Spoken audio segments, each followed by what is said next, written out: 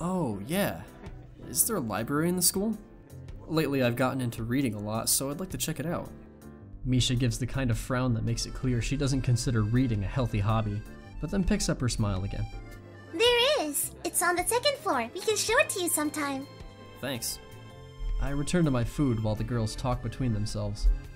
Misha and Shizune sign back and forth animatedly, throwing sideways glances at me, but Misha refrains from translating. Maybe they're talking about secret girl stuff or something. I quickly notice a conversation and sign is not enough to fill a silence. We arrive in the classroom early, but we're not the first. That dark-haired girl I noticed before is slumped over in her desk in the last row.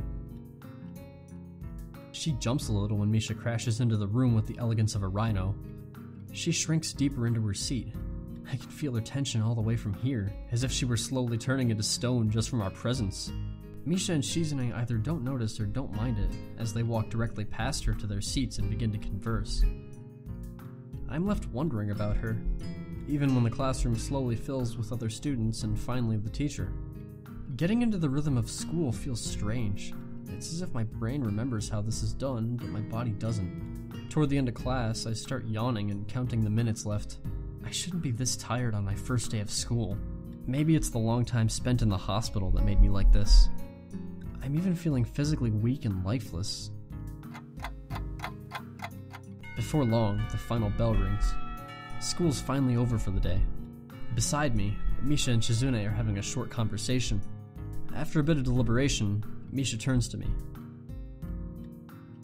Unfortunately, we can't stay and show you around today, Hee-chan. We've gotta hurry out already since there's a lot of work for us to do. You'll find your way around here, I'm sure of it. Wait. The teacher said I'd have to see the nurse. Where do I go? Is that so? We can at least show you that much. Come on, the nurses have their own building, so we have to go outside. We join the flow of students making their way down the stairwell and outside, with the girls pointing out other senior classrooms in the same hallway as ours. When we get outside, the girls make their way to a smaller building right next to the school. It's built in the same style, so it looks like it's actually a part of the main building. This is the auxiliary building here. There's a lot of official and important stuff inside, like the Yamaku Foundation office and all the nurses' offices. They even have a swimming pool! How is that official?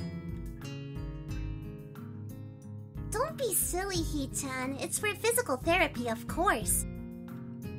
Anyway, all the nursing staff facilities are in there too. The head nurse's office is on the first floor. You'll be fine from here, right? We'll be going then. See you tomorrow. Yeah, thanks. Bye. A whole building for stuff that has nothing to do with the actual education? I guess it's necessary for a place like this. I walk in, hoping that this really will just be a quick visit like the teacher said. There's a white door on the left with a green cross, the text head nurse and a nameplate. A voice from inside responds to my knock almost immediately, but I can't quite make it out. It sounded a bit like an invitation to open the door, so I invite myself further in. The room is not large and it smells strange. A friendly-looking man turns around on his office chair to face me as I enter. His desk is neat and tidy, but the bin under the table is overflowing with used medical utensils, and there are at least a dozen coffee cup rings lingering on the desk. Hello there. What can I do for you today? He is young-looking and sort of rugged, but the dimples in his cheeks wash that impression away when he smiles. Are you the nurse? He smiles like a person who has heard this very same question hundreds of times. Why, yes I am. It says so on the door, no? You can call me by name or just the nurse, like everyone else. Of course.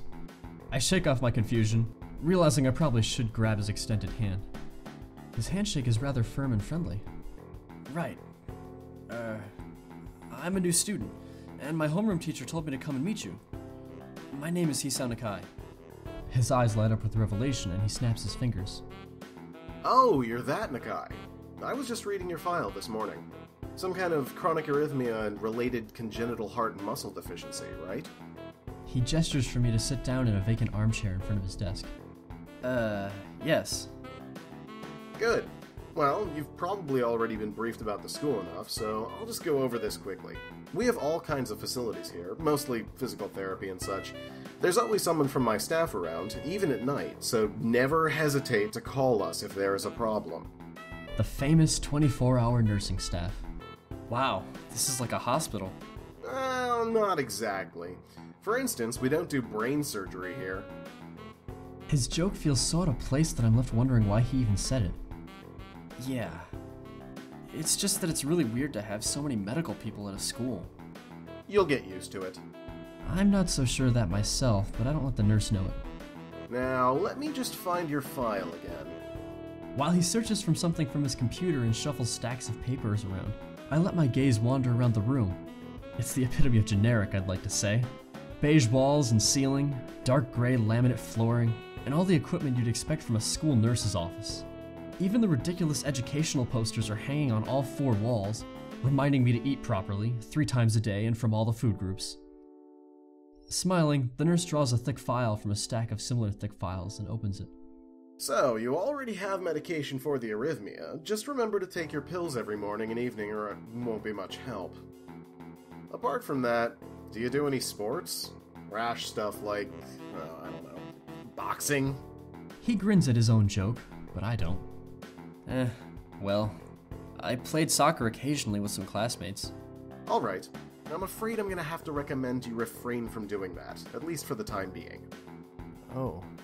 My lack of reaction makes him raise an eyebrow, but really, I'm not too bothered by him forbidding me to kick a ball around. I guess I never did it out of burning passion for the sport, just to have something to do. Any kind of concussion might be very dangerous to your heart, and risking another attack is not a good idea. Was the previous one caused by a sudden concussion to the chest area? There's no mention of the cause in your papers. Not exactly. I sidestep the question acceptably, and he glances at me over his papers, with a more serious expression on his face. Still, you need to keep your body healthy, so some exercise would do you good. We have physical therapy and such available, as I said, but I don't really think you need such heavy measures. Just get some light exercise regularly. Brisk walks or jogging, jumping rope, that sort of thing. Swimming, maybe? There's a pool here. So I was told. You were? Very good.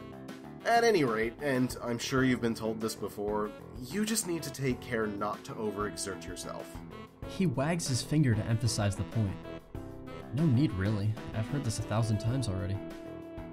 Absolutely no unnecessary risks. Take care of yourself. Okay. He goes over my papers one more time and sets them on the desk, obviously content. Good. That's it then. Come meet me if you ever need something.